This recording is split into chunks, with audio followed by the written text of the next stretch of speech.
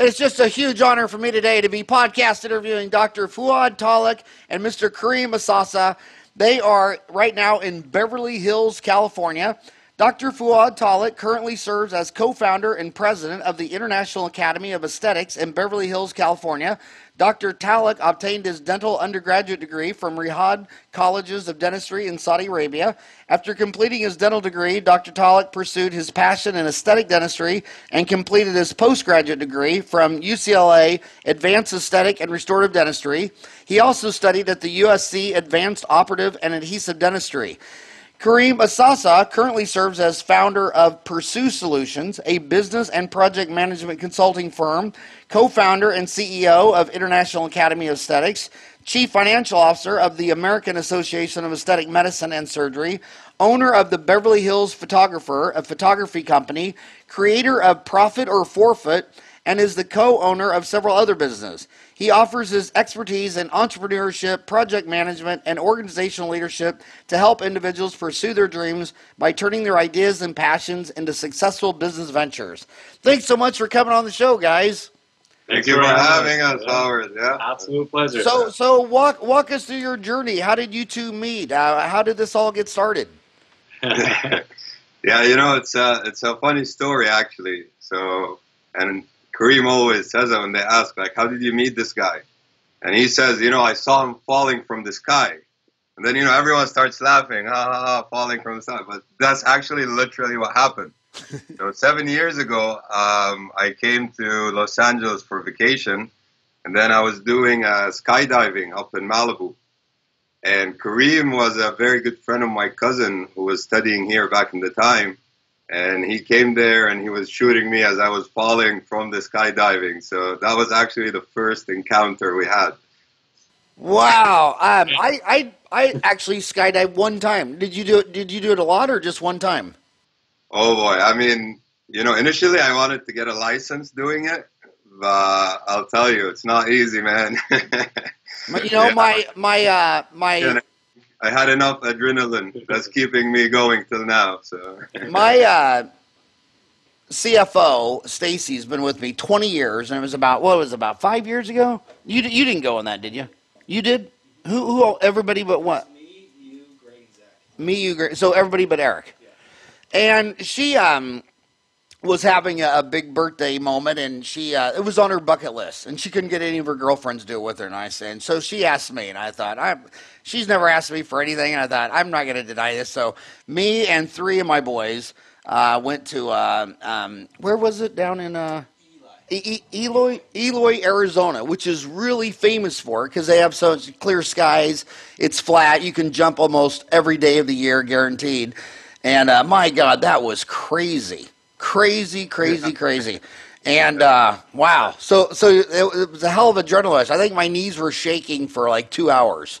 Yeah, right. So here I am with my camera looking for this little speck in the sky, and all of a sudden this parachute opens and this huge roar of yeah! I was like, I got him. I'm gonna take pictures. So that was my first a screaming guy in a parachute. So then how did your journey go on to start IAesthetics.com? Yeah, so that was the first time I met Kareem, and then after that, back in the day, I was still doing my undergraduate studies in Riyadh, Saudi Arabia. Then after I graduated, and I was very fortunate to get accepted to UCLA to continue my postgraduate studies. So, when I came back here, I wanted to connect again with the people I know in LA, and I remembered Kareem. So I hit him up that day and, let's have some dinner or anything.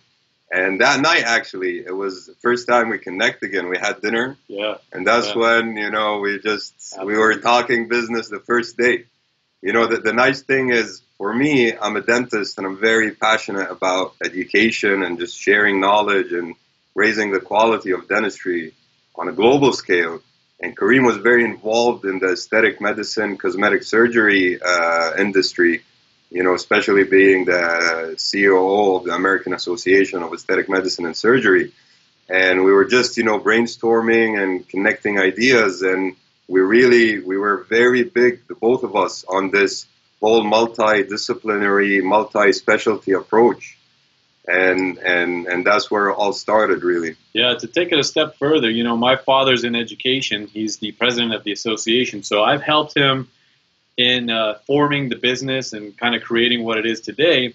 And then Fouad, his father is naturally in education, and he'll tell you a little bit more about his deep roots in dentistry. But it's just when you put these two folks together and you just have these conversations, sometimes things fall into place and the pieces fit, and you just run with it. And we've been running pretty fast with it since then.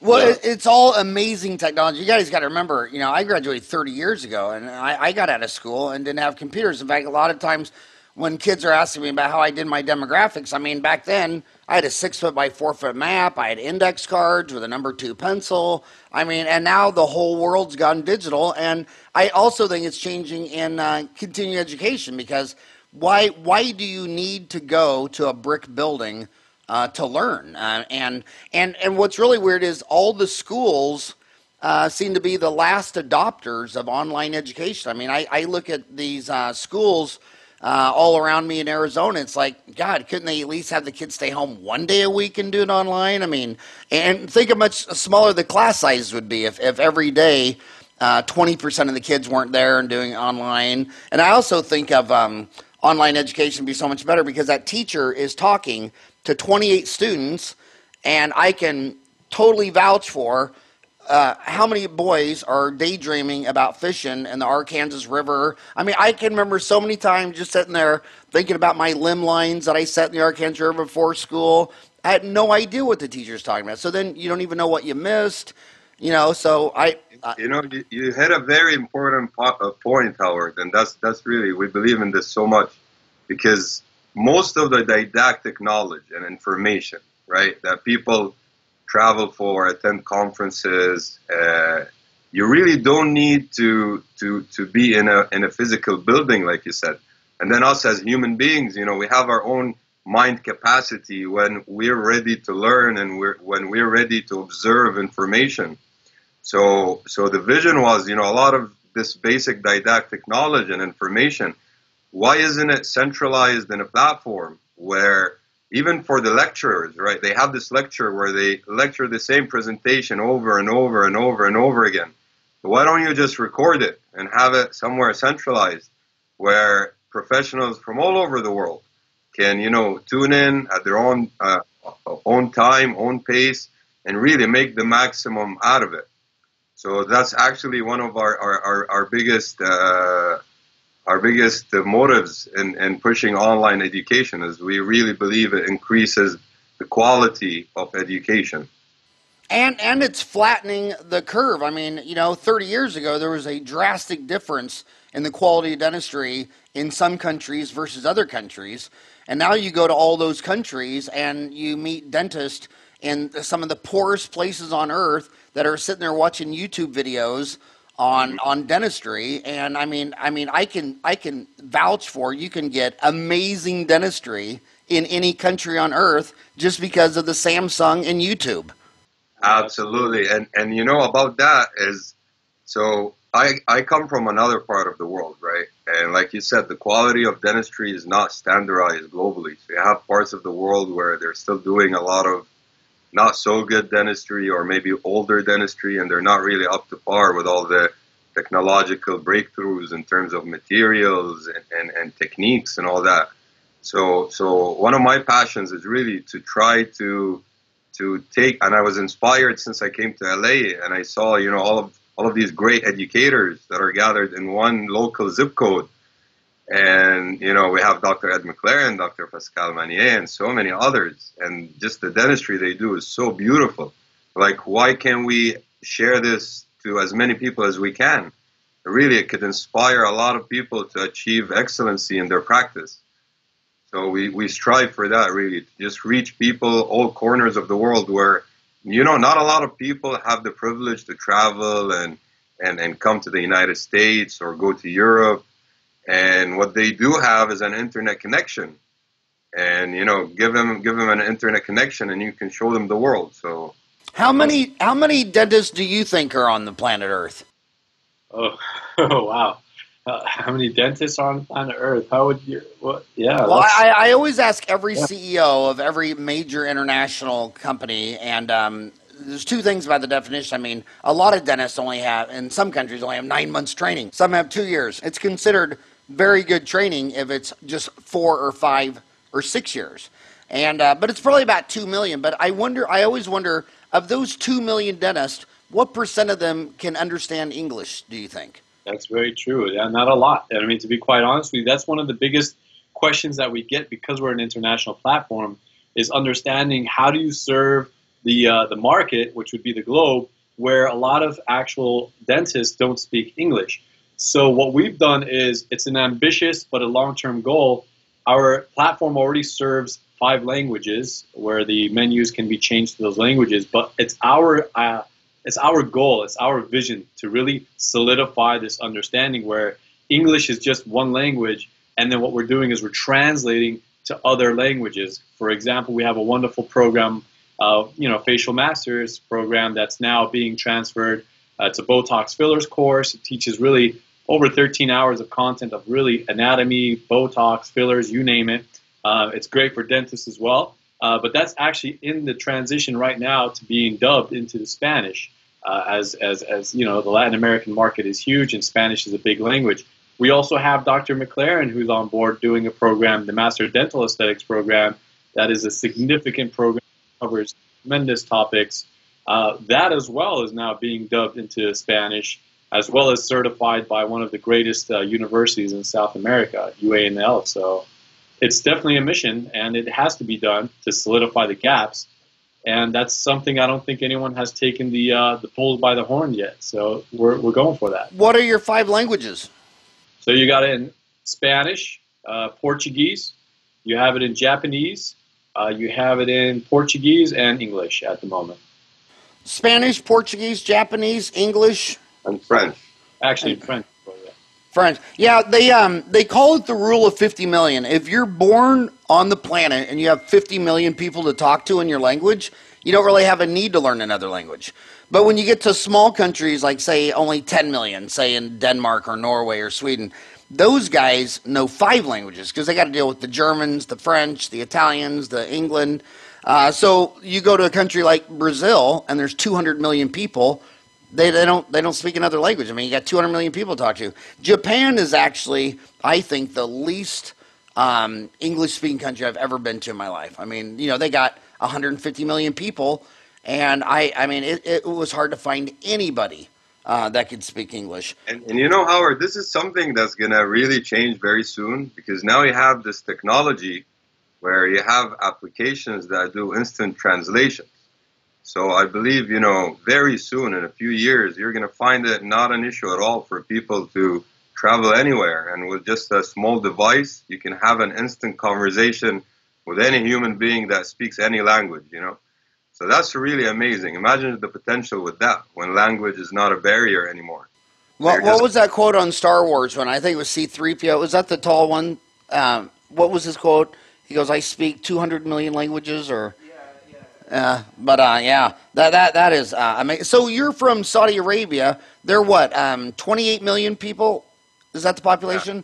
Yeah. And how many dentists are in Saudi Arabia? And what percent of them could take your courses in English? All right. So actually, in Saudi Arabia, like you said, we have around 27, 28 million in population. Yeah. So what happened recently in Saudi is a lot of private colleges opened up in the past 10 to 15 years because we had a big shortage we had a big shortage of dentists. So what happened now is we have a lot of general practitioners in Saudi that are graduating, and there's a huge need for continuing education in Saudi. Now the good thing is in Saudi Arabia, the main language that students study dentistry or medicine is actually English. So language is not really a barrier. And this is actually the case in a lot of other countries where a lot of students, dental students, study dentistry in English. So that actually helps us a lot. Ryan just sent me the quote. C-3PO said, "I am fluent in over 6 million forms of communication." I had a Russian dental assistant one time, and man, her language it was so bizarre. She was born in Russia, but one parent was from another country, the other parent was from another country, and then she studied abroad. And she used to always say the funniest quote. She'd say, "I speak 5 languages, none of them well."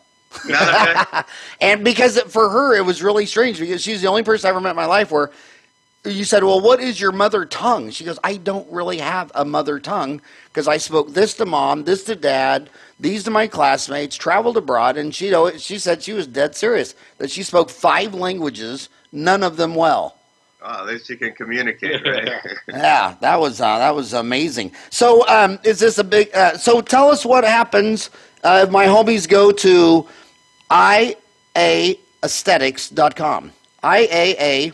So you spell aesthetics AESTH. Now, is that the French? Is it English ESTH and then French if it's AESTH? You know what it is? It's this Western European thing. So we call it aesthetics AES, and then on that side of the world it's EST. It's kind of like gray. So in Canada it's GR, AY. Sometimes it's GREY. So it's the same. It's just a preference. Yeah. We go. I just think it's fancier. Yeah, that's why we chose it. Yeah, it is. Like, well, congratulations on your site. I see you just posted. You just had your 900th member. That's amazing growth. Yeah, thank you. It's been since April officially last. It's been less than 2 years. Yeah, less than 2 years. April we launched, and we launched with our passion and our heart. That's truly what it was, because we didn't know what to expect. All we knew is we had a strong vision and we had a mission.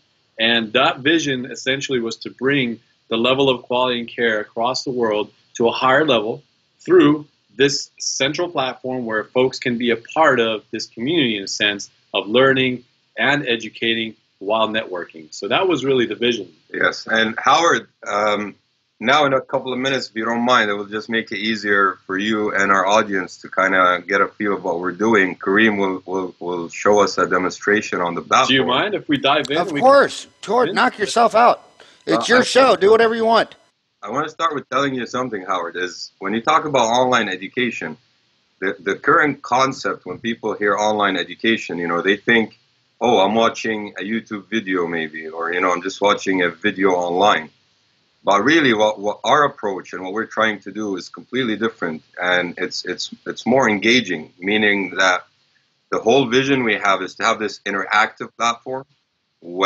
If you're purchasing any of the courses with IAA, you're not really purchasing a video. What you're doing is you're purchasing a learning experience from the educator.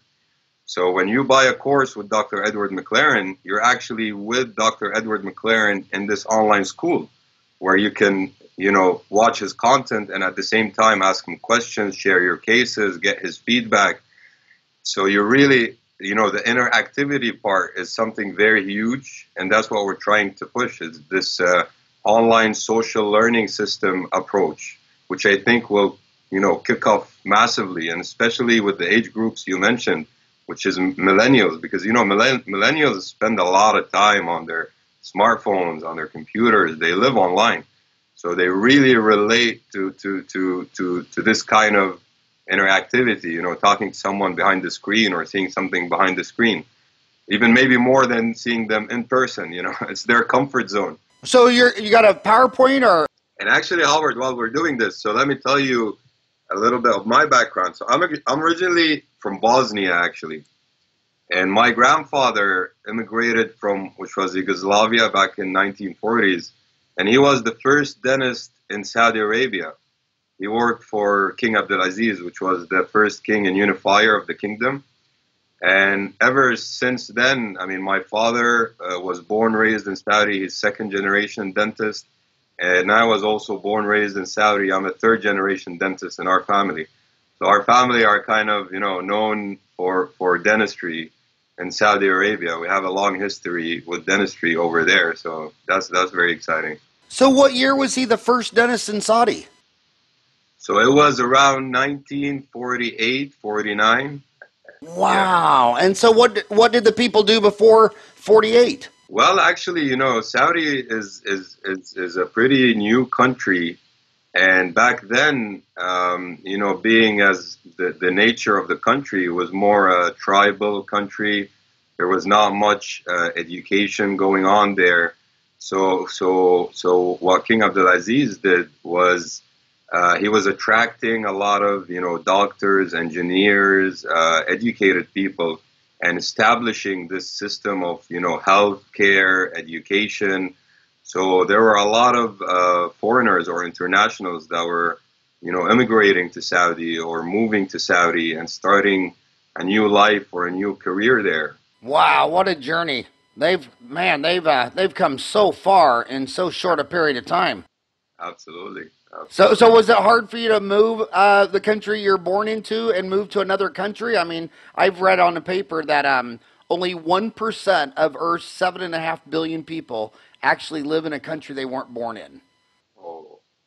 Well, for me, I wouldn't say it was hard because Saudi for me was home. You know, that's where I was born. I was raised. I've never been to Bosnia, so I can't really tell you I relate a lot because No, I was no, born. I mean, was it hard to come to the United States? Oh, okay. No, not at all, actually. You know what I like about Los Angeles? I'm a very, you know, I would say I'm a workaholic, you know, and I like to really expand, always try to find new avenues, opportunities. You know, I started my first business when I was 10 years old.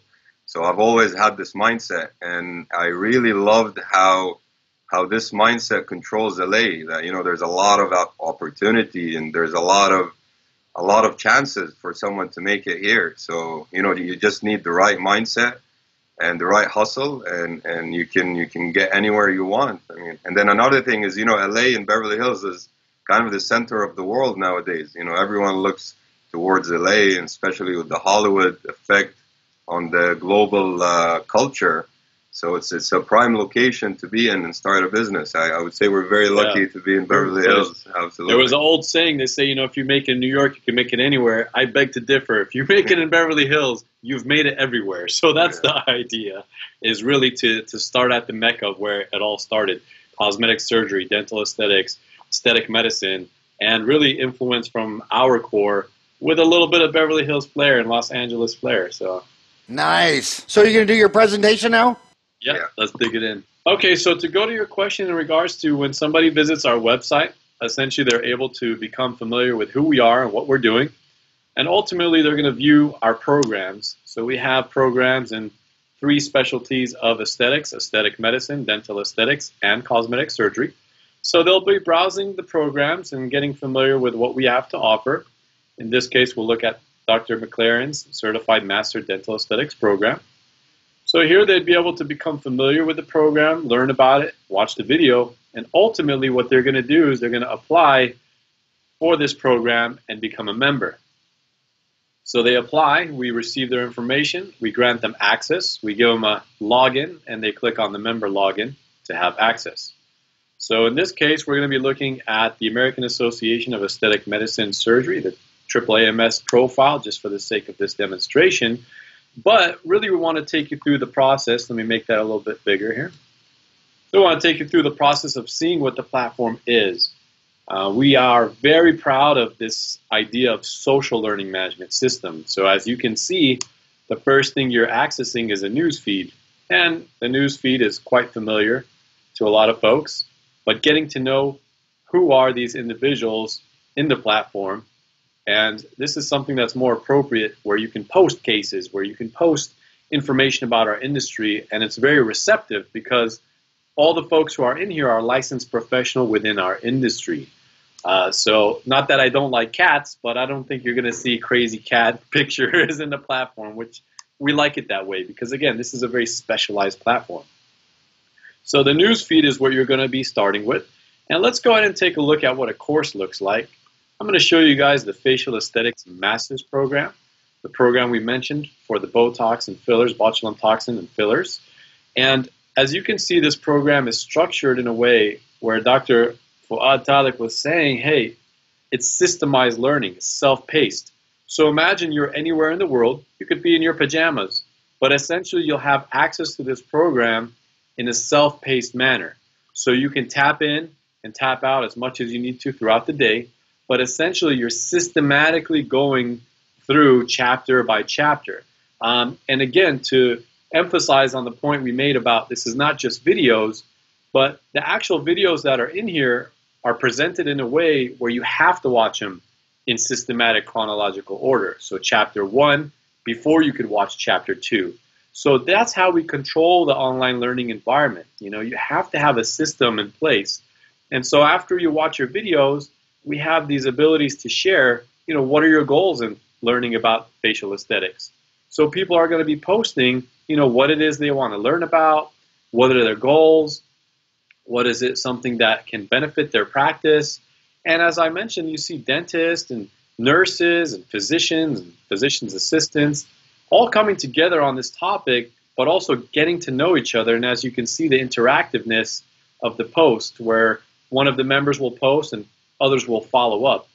And so the most important thing is essentially the interactiveness. Just like Dr. Talic, my partner here, was saying, is the interactiveness to bond, not only to the materials, but also to bond with colleagues. Because all we know at the end of the day is your connections really make all the opportunities matter for you in the world, you know, when it comes to business. And sometimes one connection can open the doors for endless possibilities. So that's very important. So that's essentially what you're looking at there from the course perspective. Also, I want to show you another one here. This is pretty cool. Let's go to you can look at here. Yeah, and then I want to show you another thing, Howard. So what Kareem was showing now, that's the learner's perspective. Another nice thing is from the educator's perspective. So what we do is educators, so the system we do is kind of like an Uber for education, where if you're an educator on our platform and you create an online program, you keep majority of the percentage sales. So the educator is actually profiting from their courses, and it only makes sense because, you know, educators are usually very busy. They spend a lot of time and money to acquire the knowledge they acquired. So it would be very fair to compensate them for sharing their knowledge and the time they're going to put in this. But I want to show you something very cool. If you're an educator on the platform, you have full analytics under your members. So you can see, for example, your members, how many people, you know, registered for the course, and then you can actually have full analytics behind it. So you see user to user. When was the last time the user logged in, how much course access they had, and also total time in course. So you can see, like, for example, here, Adnan Abdul Kareem spent more than 14 hours in this course. So this is very important because, you know, we work with a lot of universities, and we wanted to make sure that we're on a very academic level. So, you know, we do offer certification, but we're not in the business of selling certificates. So what we do is the courses are fully customizable, and the students have to go through either an assignment, MCQ exam, or submit a case or so to actually get certified. So that's very important, you know, on an academic level, working with universities. So that's from the educator's perspective. And then, of course, you can create online conferences. You can really do a lot. So I want to show you something else now for the platform, and that's where the interactivity comes, is every member in the platform. So this is the AAAMS account, for example, but you know, every member in the platform has their own customizable profile page, meaning that you can, you know, post any cases, any files, voice note, links, videos. You can also, you know, this tab here is very important. This is for every member in the platform. You can see what courses each member has signed up for, what groups he's affiliated with. And, you know, that's an advantage because if you're an educator and you're offering some topics in the platform, then you run into some of the members that may be, you know, interested in some of the topics you're offering. So you can, you know, introduce your program, sell it to them. So it helps with the interactivity big time. And then you have the badges here. So this shows what every member is in the platform. So, you know, there's a badge for what kind of membership level they are, a badge for each course completion. So it's really, you know, it shows you what everyone is doing in the platform. And then going back to it, you have this link here, people. So when you hit on people, everyone has access to everyone in the platform. So you can add them as friends. You can send them messages. Here we have some of the companies with us, you know, all the members. So you can see everyone who's in the platform. Add them, like here, for example, Dr. Abarka, let's add him as a friend. And then you can send messages. You know, it's very, very important. What we're focusing on is the interactivity. And the thing is, you know, I see on Facebook, for example, there's a lot of medical or dental, you know, posts that happen. And the problem with Facebook is it's not a professional platform for medicine or dentistry. And what happens a lot of times is someone maybe posts a case that's not, you know, very well done or scientifically done. And then you find a lot of other people complimenting them. Wow, this is amazing. This is beautiful. It's only because there's lack of knowledge and you know, it's uncontrolled. So what we're trying to do is transform this social platform into a professional private platform where you can control everyone being here as a medical or dental licensed professional. Have any questions? It actually has the same look and feel of Facebook, though. Yeah, Yes. yeah. So it's that familiar feel, you know. Yeah. You don't want to recreate the wheel. You just want to tweak it, put a little oil on it, dust it, you know. So that's what we've done here. We want it to feel familiar. We want folks to adapt to it really well, and at the same time, you know, it should feel like something they've been through before. So that way, you decrease the learning curve of the platform while increasing the capabilities of learning. So are you guys programmers too, or did you hire a programmer, or how did you create all this? So I'm the technical guy that's really involved in putting things together. One of my things is resources. So I'm not a coder by any means. Don't get, I'm not a coder. I didn't create this. But what I do have the capability is finding the right resources to help create the infrastructure. So this is a provider that's helped us with their existing platform, but taking what we're doing as a concept and as a theme and really tying it into exactly what you see here today. So we always use the tools that are available. Like I said, why recreate the wheel if those resources are available? But it's really getting your vision and your idea tied into this particular resource that can help you accomplish what you want. You said you wanted to be the Uber of dental continuing education. I think Uber is an interesting word. It's Uber means denoting an outstanding or supreme example of a particular kind of person or thing. And the example they give is an Uber babe. So I guess if you've got a really amazing lover, it's your Uber babe, which she would be an outstanding or supreme example of a particular kind of person or thing. So that's an audacious goal, to be the Uber of dental continuing education. I think that's an amazing goal. Appreciate that. So of your 900 original members, are they how many countries are you in now? So we're in over 50 countries, and it's continuing to grow. The spread of our actual members, a majority of them are dentists, and others are physicians. Next in line are our nurses, and then our physician's assistants, as well as the last, but not the least, our dental technicians. As you know, the relationship between, and I'm sure Dr. Talic can emphasize, the relationship between dentists and technicians is also changing. And so we also want to prepare for that and provide a platform in that regard. So, yeah, absolutely. Do you think you can do Beverly Hills cosmetic dentistry with chairside milling, or do you think that really requires a lab technician? All right, so it's a very interesting point you mentioned. I mean, digital dentistry is growing a lot, and for the past years, the technology is really, really getting so much better. From, just the available scanners we have in the market, the intraoral scanners, to, the milling machines. And you mentioned a very interesting point, which is chairside. Because as you know, the digital dentistry is already happening in terms of labs and, big labs and production labs. They're utilizing a lot of technology, and the quality is really, it's good. It's not bad.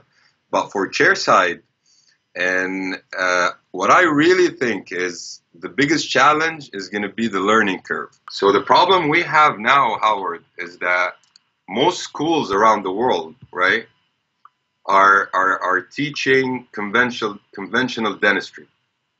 And what's happening now is most of the companies, the leading companies in the world in dentistry, are pushing hard towards digital dentistry.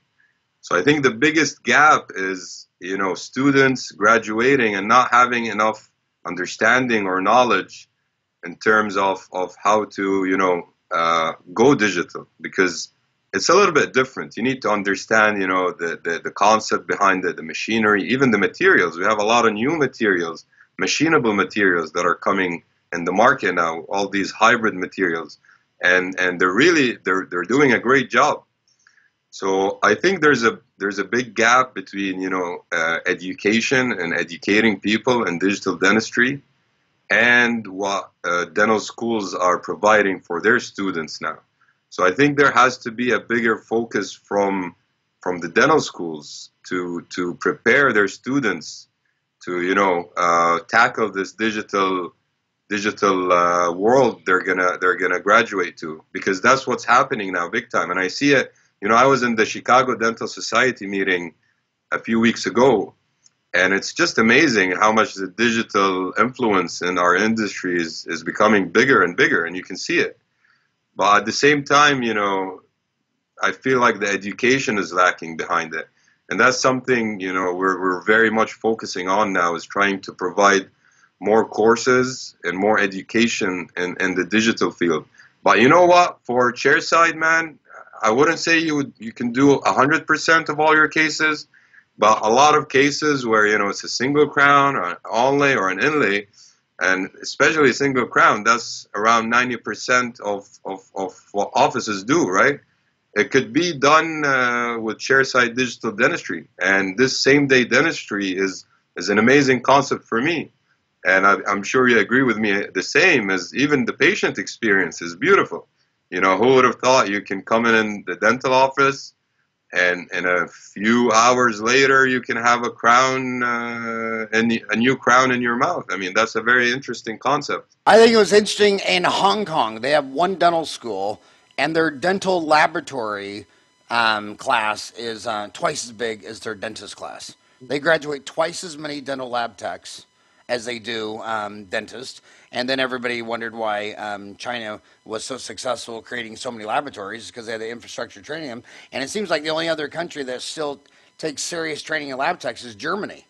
And I mean, the greatest lab techs you'll ever meet in your life came from Germany. I mean, it's an extent. It's just like becoming a doctor.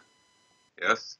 And Howard, it's very sad for me to see something, is that around the world, dental technicians don't get enough credit or appreciation for the work they do. But, and that's something I saw when I came to the States, and especially in LA. A lot of the high-end practices or ceramists, what they do, the patient actually goes to the technician first, and then the technician assesses the case and sends him to the dentist he works with. So they start with the technician, and it makes sense, because the final result that you see or everyone sees in the patient's mouth is the technician's work. It's not really the dentist preparation that you see. So technicians are the ones that make us look like superstars.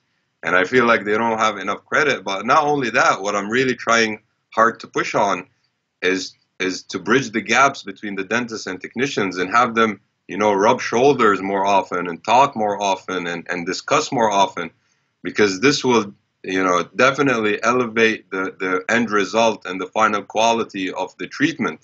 If there's no communication, then a lot of things can go wrong.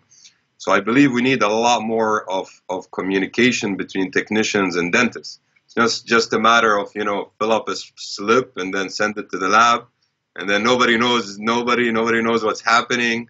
So I think, this definitely needs to change. And it's ultimately, it only improves the final outcome. Yeah, and within our own specialty too. I mean, physicians have 58 specialties. Dentistry has 9, and some dentists work very, very well with many specialists, and then the others are a lone cat trying to do everything from A to Z. And I don't know. I think in a world that's so high tech, I mean, I wouldn't want to go if I had a disease with one organ. I wouldn't want to go to a physician who treated every organ in the body. I'd want to find the guy who just did that organ. Absolutely, yes. It's a very valid point. And I think as multi-specialty becomes more common, you'll see more. I mean, that's the wave that we're riding now with this aesthetics.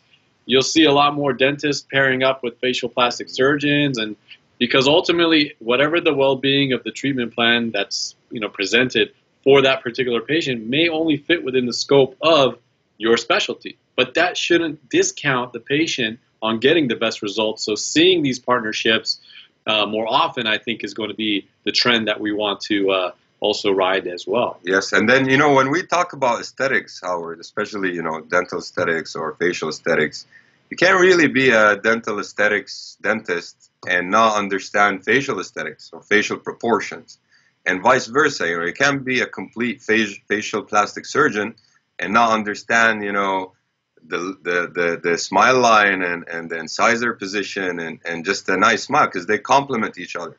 If you have a beautiful face with bad teeth, it will never be attractive, and it goes the other way around. And, no one person can learn everything. So we're really big on collaboration. And we're seeing that a lot happen in Beverly Hills now. Like Kareem said, teams of facial plastic surgeon, dentists working closely together to make this complete makeover for the patient. And I think this is crucial. I think the easiest thing on facial aesthetics is what I do is that when I'm on a date, I just turn out the light. And it works well. If you go to a restaurant, you call in advance and make sure it's really dark and the waiter unscrews the light bulb by your table. So what is your most popular course? If my homies joined iaesthetics.com, what do you think should be their first course? Which one do they what's your most popular? So I'll tell you, in terms of dentistry, the most complete program we have in dental aesthetics is the Master Dental Aesthetics program by Dr. Edward McLaren. And he talks about really most of what he does in aesthetic dentistry, from, starting with photography to Photoshop smile design to preparations, prototypes, provisionals, and then, adhesive cementation. So I think this is it's a great program for any dentist that's interested in learning more about aesthetic dentistry, adhesive dentistry, and just the new ways of doing things. So that's on the dental part. And then also on the facial aesthetics part, we have the facial aesthetics program by Dr. Sam from the American Association of Aesthetic Medicine and Surgery. And this is also really a very complete, comprehensive program on facial aesthetics and injectables. And the nice thing is they actually go along very well together. So if any dentist is interested in learning more about, facial aesthetics, injectables, and how can, Botox and fillers and enhance or affect the facial features and the outcomes, it's a great course to have. So I would say, yeah, these two courses are our main courses right now. They're just the most complete courses we offer. So Ed, was he your teacher when you were at UCLA? Yeah, absolutely. Dr. McLaren was actually my mentor, and he's a very good friend. He's a partner, and I have a lot of respect for that guy. I mean, I've really never seen anyone that's so passionate about education and just sharing knowledge like this guy. I respect that a lot about him. And he moved to Birmingham, though, right? Birmingham, Alabama? Yes, correct. So he moved there. How long ago was that? That was around a year and a half ago. Man, what a coup d'etat for Alabama. I wonder how they were able to recruit the hottest guy from UCLA to move to Birmingham, Alabama. Yeah, I think they wanted to spice things up there, I figured it must have been money or love. Did he go do a course out there and meet a new woman, or what? How do you move from UCLA to Birmingham, Alabama? Yeah. But, actually what Dr. McLaren is working on now it's going to be very exciting. He's opening up his new private institute in Utah, and he just teamed up with a group. They're actually one of the biggest dental technician groups called DTG, and they've collaborated together with Von Groh, if you know him, and they're opening up a new private education facility that's going to be, just top notch in Utah. They're going to be training teams of dentists and technicians. There's going to be a lot of digital dentistry going on, a lot of conventional dentistry going on. So I think, yeah, that's something really to look forward to, because I believe it's going to be a great opportunity for, getting some great education. Absolutely. And just to further emphasize, that's where the crossover, what I like to call the crossover, happens, where you have people in the hands-on industry doing online learning, but at some point they want to cross over to the hands-on. Well, that's going to be a great institute to do that crossover, similarly to other partners we have in the area. So hands-on as well, supporting the online is going to be at the luxury of clinics and institutes and, advanced things like that. So. Absolutely. And Kareem mentioned something very important I forgot to say is the blended or hybrid way of learning. So that's something, we're very big on as well, is a lot of these workshops that people attend all over the world. When you sign up for the workshop, you have to wait, 4 or 6 months until you actually start the course. But then what we believe in is, all of this didactic knowledge that the students are going to get in that course. Why don't you have it in this online platform where the student can actually start learning your concepts, learning your theory before they arrive to the hands-on workshop? So then what happens is, after the students go through this didactic knowledge and then they come to your facility to do the actual course, it's just their level of understanding and knowledge is increased so high that, it just takes the whole experience to a much higher level. So so Von Gao setting that up, huh? Sorry, say that again? Von Gao, the Dental Technician Guild, DTG? Yes, exactly. Von Groh. It's pronounced Grow? Grow, yeah. Von Groh. I thought it was G-O-W. Or is it G-O-W? And that's just, it's Grow. Yeah, okay, sorry. My walnut brain is misfiring again. Von Groh. Yeah, Utah is just a hotbed. I mean, there's like, we did a whole issue of Dental Town magazine just a couple of months ago, an article about, I'll list you I'll do a search on Dental Town for Utah. My gosh, I mean, they call it Silicon Valley for the IT, and they call it Silicon Slopes in Utah. And it's just crazy the number of dental companies there. It's anyway, but yeah, there's just a dozen. So where is Von Groh situated? So he's in Utah also. But been in Salt Lake, or? Yeah, I think so, if I'm not mistaken. Nice. So how much is it? That's the $1 million question. How much does it cost to join IAesthetics.com? So it's a good question. There's different ranges of pricing, starting as low as $99 for a program. That's more a style of a lecture, with a PowerPoint or keynote with vocals. And it goes all the way up from there. The example we talked about with the Master Dental Aesthetics program, that's a $650 course, but it is over 11 hours of content. The topics are tremendous. The interactiveness is great. You've got a lot of assignments. You're really involved. Obviously, learning from Dr. McLaren is definitely a unique experience, to say the least. And so, the range of courses in our, arsenal has to be affordable. We are an international platform. So the dollar here in the U.S. is not going to be the same as elsewhere. So we really want to make it profitable for our educators, at the same time make it affordable for our learners, so we find that balance point that works for everybody. Nice. And I also like the social learning thing. I think that it's never fun to be in a career where you have professional isolation. Some careers are very isolated versus others. I mean, it's just a big thing. I always tell dentists, go across and take the dentist across the street for lunch. Half of them will think it's weird because you're a competitor and they don't want to have anything to do with you. And they live in fear and scarcity. And the other half will sit there and be your buddy. And I'd say, being here in Ahwatukee for 30 years, the ones that were thought in abundancy and, yeah, let's go watch the ball game and let's have a beer, I think they all did tremendously better than the ones that were all lived in fear and scarcity. Absolutely. And, I think the technology is here. We have the technology, we have the innovation, but the problem is, and you mentioned this earlier when we first started this interview, is that the problem is this technology and innovation is not being very much implemented in education and in the education world. So I think there's a huge potential. It's very exciting times we live in, and I'm going to give you also a little bit sneak peek. Is we've never said we've never launched this before, but we'll have an exclusive for you and your show. Is we're actually working on a lot of new technology that are related to virtual reality, augmented reality, holograms. So soon we're going to be able to create a lot of hands-on experiences kind of virtually. So this is something that's going to also, elevate the whole industry. I believe firmly in this. It's amazing when you can get a classroom and have in that classroom 20, 30, or even 50 people from all over the world literally sitting together in this virtual world where they're talking to each other, they're learning from each other, and they're communicating with each other. This just breaks a lot of barriers that, that's unheard of.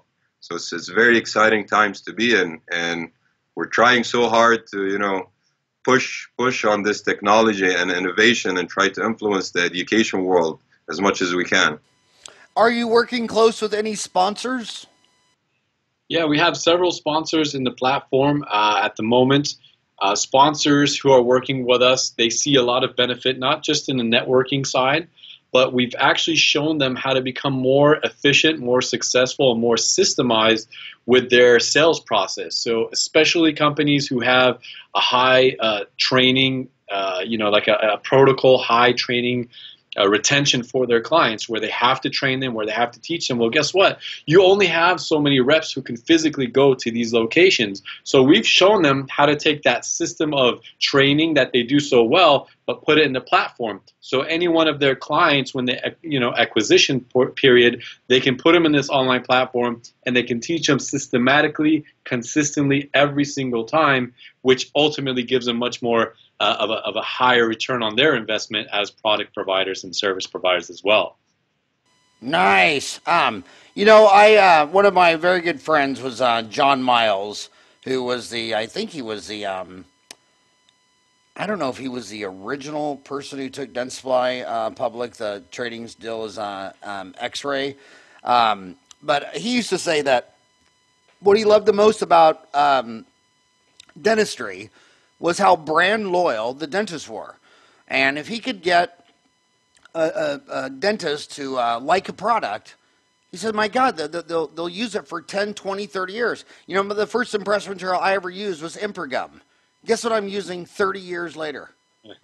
I mean, it was perfect then. It's perfect now. My lab man loves it. And so every time anybody talks about impression material, I'm like, if it's not broke, don't fix it. So these dental companies really understand.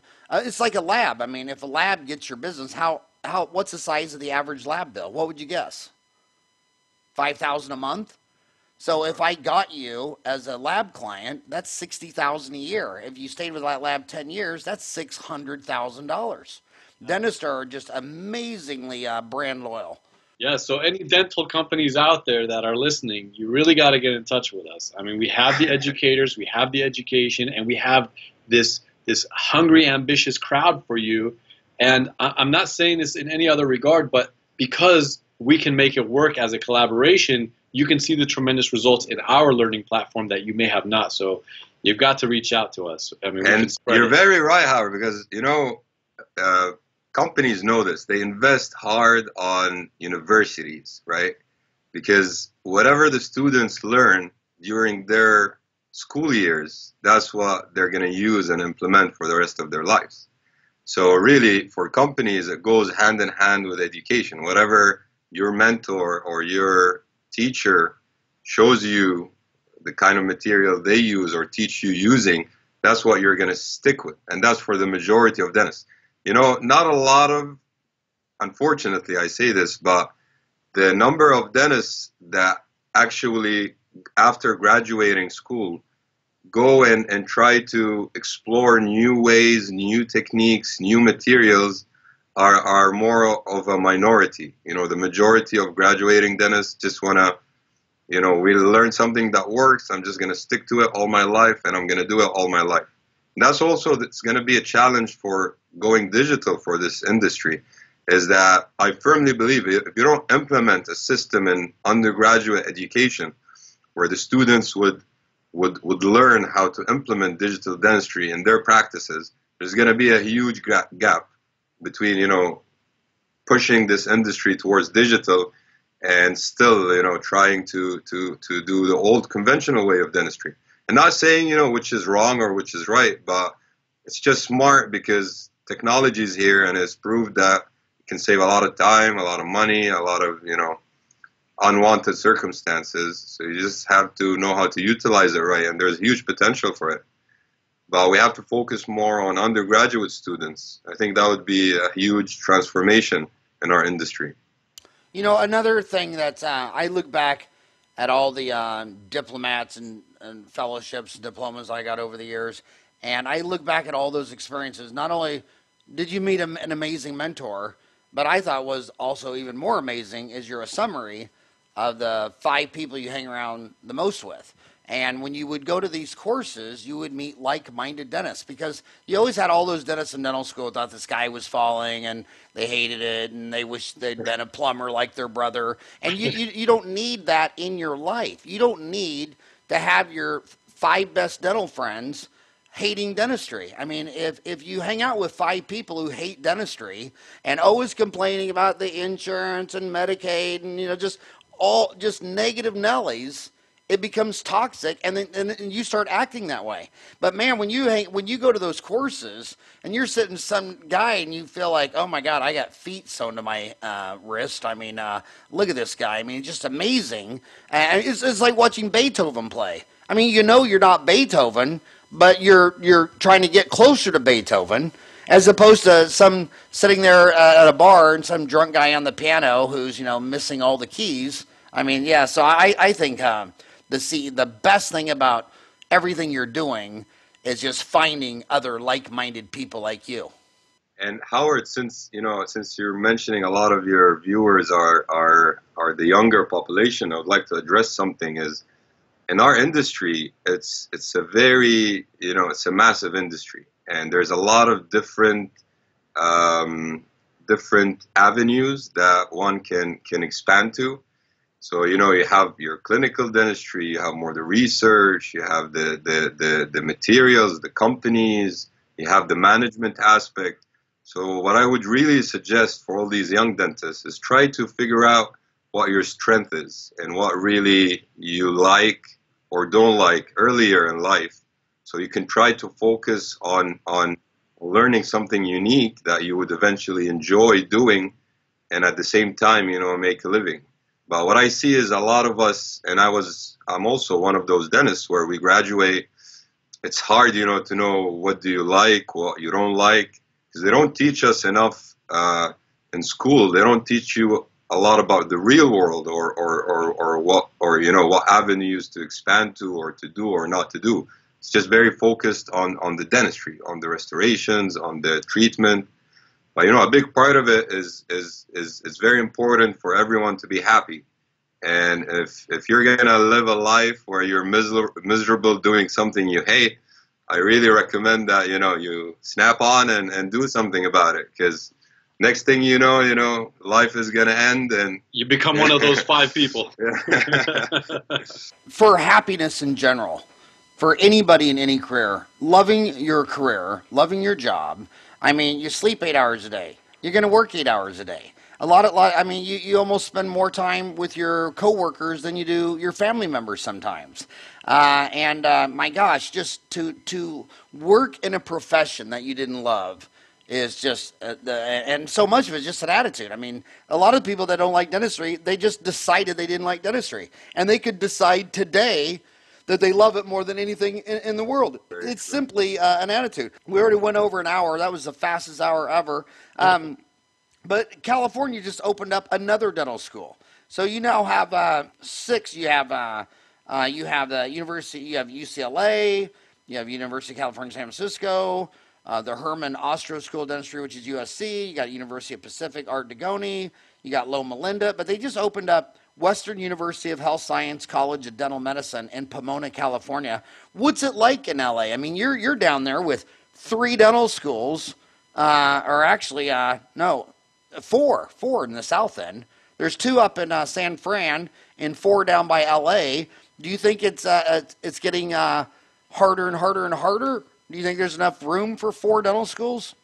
Yeah, I mean, the nice thing about California is it's always growing and expanding, and there's always a lot more people moving in, and I see a lot of potential for the future here. So, I'm pretty sure it's a good avenue to be here, to be a dentist in California. Now, California, as you know, is very spread out, so there are a lot of opportunities and a lot of different places. When you talk about maybe LA specifically, I mean, even LA is spread out. But that's the nice thing about it is it's a huge location where there's room for a lot of people to be. And you tell everybody you went to UCLA, and you know why you tell everybody that? Because on the mean GPA admitted, UCLA, their class size mean GPA admitted is 3.66. Number 2 is UCF San Francisco, 3.48. Then USC is 3.5. University of Pacific, 3.6. Loma Linda, 3.4. And this Western University is 3.31. So you're just bragging you went to the one that's the hardest to get into. Well, I can't lie. I mean, being accepted to UCLA and studying at UCLA has been just one of my biggest pleasures in life. And I love this school. I owe a lot to UCLA and how many doors it opened for me. And, you just can't beat the location, so I can't complain, I guess. And you got to also keep in mind, being that Dr. McLaren was his mentor, Think Blue is something that I think a lot more people are thinking. Were they sad when he left? I mean, was that Absolutely. He's a big loss. I mean, when a guy like Dr. McLaren leaves any place, it has to have some kind of an effect. Because he's really, another special thing about him is not only is he a complete dentist, but he's also a complete technician. And I've never seen this in anyone I met in my life. Usually it takes 2 people or even more to do the work that Dr. McLaren does. So he put a lot of work. I mean, this guy works 24/7. So. And so for all listeners too that don't know him, please do go to the website, get to know him, because he and Howard, you could probably attest to this. You had a great interview with him, but is he not a character or what? He's an amazing man, just an amazing man, a legend. I mean, I was taking his courses back in '87. I mean, just an amazing man, and he's just always more amazing every year. He just becomes more amazing. But on that note, I want to thank you guys for coming on the show. I contacted you. You didn't contact me. And I'm so excited for what you're doing for our sovereign profession in dentistry. It was just an honor to podcast interview you both. And I wish you both the best of luck. And I hope you have a rocking hot day in Beverly Hills today. Thank you, Howard. Yeah. Appreciate it. It's a pleasure. Actually, it's a very rainy day in Beverly Hills today. Rarely. Well, it's funny. I live in Arizona where it's something like 350 days a year of sunshine. And whenever it rains, it's like Disneyland. I mean, people literally are all looking out the window. I mean, so I love rainy days. Anywhere, and sometimes I'll be lecturing and they'll say, it's going to rain all day. And I'm like, yay. It gets boring when the sky has nothing in it but blue every single day. Weather makes you feel like you live on a living planet. Yeah, that's true. But okay, guys, have a rocky hot day. Much appreciated. Thank you so much.